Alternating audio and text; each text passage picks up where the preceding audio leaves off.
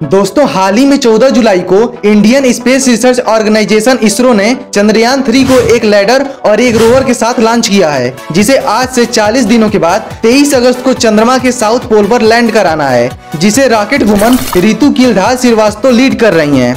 दोस्तों इंडिया ने अपने मून मिशन की शुरुआत 2008 में चंद्रयान 1 मिशन से की थी। इसके साथ ही इंडिया अमेरिका, रूस और चाइना के बाद चंद्रमा पर सक्सेसफुली लैंड करने वाला विश्व का चौथा देश बन गया था। फिर 11 सालों के बाद इंडिया एक और वर्ल्ड रिकॉर्ड बनाने के लिए 22 जुलाई 2019 को चांद के साउथ पोल पर लैंड होने वाला पहला देश बनना चाहता था। सब कुछ सही चल रहा था। चंद्रयान 2 को श्रीहरिकोटा से इसरो ने सक्सेसफुली लॉन्च कर दिया था, जिसे 6 सितंबर 2019 को चंद्रमा पर लैंड कराना था। 3.5 लाख किलोमीटर का सफर पूरा करने के बाद जब महज 2.1 किलोमीटर का डिस्टेंस ही बचा था, तभी इसरो के सॉफ्टवेयर से चंद्रयान 2 के विक्रम लैंडर का संपर्क टूट गया। 20 दिनों के बाद विक्रम लैंडर का मलबा चंद्रमा के सरफेस पर दूर दूर तक फैला हुआ पाया गया था। पर इन सब प्रोसेस में गलीमत ये रही कि ऑर्बिटल चंद्रमा के ऑर्बिट में सही जगह पर सेट हो चुका था। तो आज भी इसरो के संपर्क बनाए हुए है और काफी इंफॉर्मेशन को भी कलेक्ट करके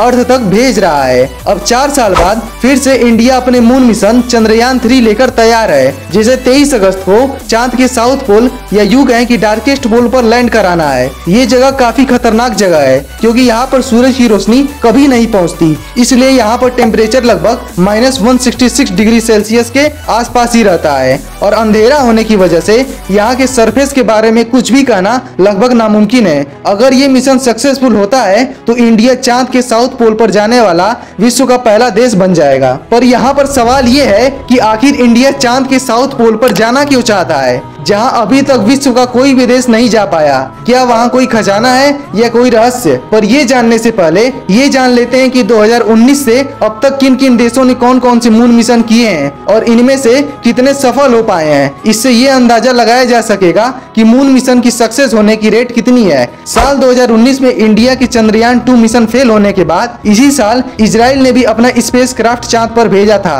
और वो भी क्रैश हो गया था। और फिर उसी साल अप्रैल में जापान ने हकुटो लैंडर चांद पर अपना भेजा था और वो भी क्रैश हो गया था। इसके बाद 2023 में 4 और मिशन होने वाले हैं, जिनमें रूस का लूना 25, जापान का स्लिम, टेक्सास बेस्ड का IM-1 मिशन और एस्ट्रोबोटिक का पैराग्रीन M1 मिशन भी शामिल है। लास्ट के 2 मिशन प्राइवेट कंपनीज के हैं। अब इन सब से ये पता चलता है कि मून मिशन के सक्सेस होने का रेट काफी कम है, लेकिन अगर इंडिया सक्सेसफुली इस मून मिशन में सफल होता है और चंद्रमा के साउथ पोल पर पहुंच पाता है, तो ऐसा अनुमान लगाया जा रहा है कि चंद्रमा पर काफी मात्रा में हाइड्रोजन मौजूद है, इसलिए यहाँ पर लाखों टन जमा हुआ पानी होने की संभावना है। इसके अलावा सिल्वर, अमोनिया, मरकरी, हीलियम 3 और सोडियम जैसे एलिमेंट्स भी मौजूद हो सकते हैं। बर्फ के रूप में मौजूद पानी को फ्यूल के रूप में भी इस्तेमाल किया जा सकता है। अगर चांद पर मिनरल रिसोर्सेज हीलियम 3 मौजूद है और इंडिया उसे पृथ्वी पर लाने में कामयाब हो पाता है, तो ऐसा माना जाता है कि जिस देश के पास एनर्जी के इस सोर्स को चांद से धरती पर लाने की कैपेसिटी होगी,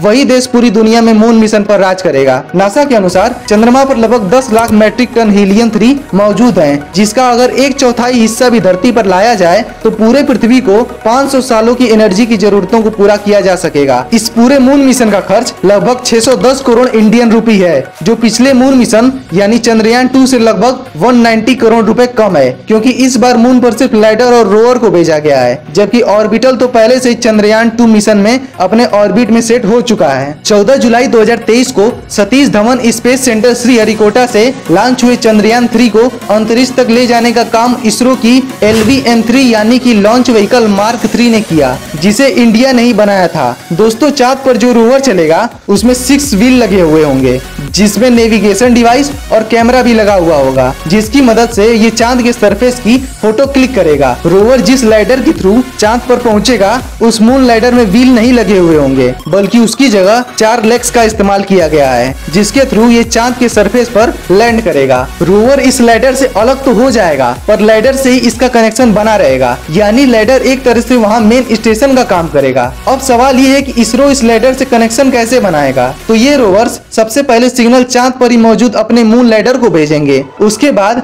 ये लैंडर धरती पर मौजूद ये बड़े बड़े एंटीनास यानी IDSN Indian deep space network जो इसरो के स्पेस क्राफ्ट से कनेक्शन बनाने का कार्य करते हैं उन तक भेजेगा। इस बार भी चंद्रयान 2 की तरह लैंडर का नाम इंडियन फिजिसिस्ट विक्रम साराभाई के नाम पर विक्रम रखा गया है और रोवर का नाम प्रज्ञान होगा। अब अगर आप भारत के 2030 तक के अपकमिंग प्रोजेक्ट्स और बुलेट ट्रेन प्रोजेक्ट्स के बारे में डिटेल में जानना चाहते हैं तो स्क्रीन पर टैप करें और चैनल को सब्सक्राइब करके वीडियो के 1K लाइक्स का टारगेट कंप्लीट कर दीजिए। अगली वीडियो आपको किस टॉपिक पर चाहिए उसे कमेंट सेक्शन में लिखें और इस वीडियो से रिलेटेड अपने डाउट्स या पॉइंट ऑफ व्यू को भी टाइप करें। तब तक के लिए स्टे ट्यून, बाय बाय।